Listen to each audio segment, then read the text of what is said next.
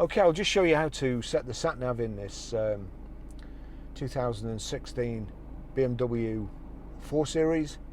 So from any screen, you've got your iDrive here, and you've got media, menu, map, and nav. If you just want map, which I drive quite a lot of the time with that on, just so as I can see any bends coming up if I'm unfamiliar with the road, but you've got nav there. So if you click on nav, quick search, home address, recent destinations, address input. So it's giving me the options there. You can either say address, which would be the easy way, or input it. So I'll show you how to input it.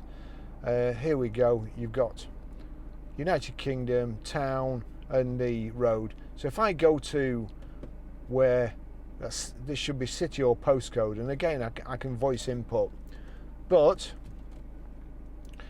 quite often it doesn't recognize my voice at all, and it always gets it wrong. So I prefer to do it with Grosvenor Garage, Chorley Road, Wantleydale, Preston, PR. Now we need to get to numbers.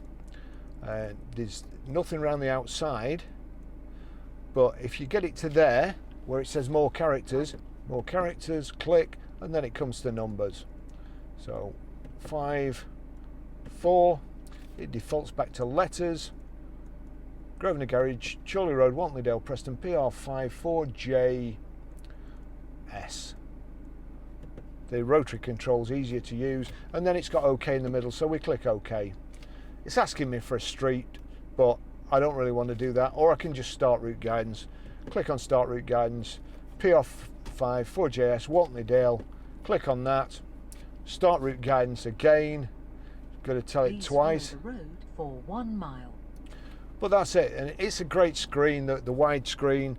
I think also, let me just see, if I knock it over to the side, yeah, if I knock it over to the side there, you can have it on split screen, and it's telling you your next turn. If I click on there, hang on, let me just do that again, back, click across there.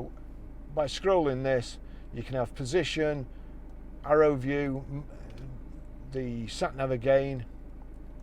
Let's just go split screen. We'll select split screen, and we can just change it.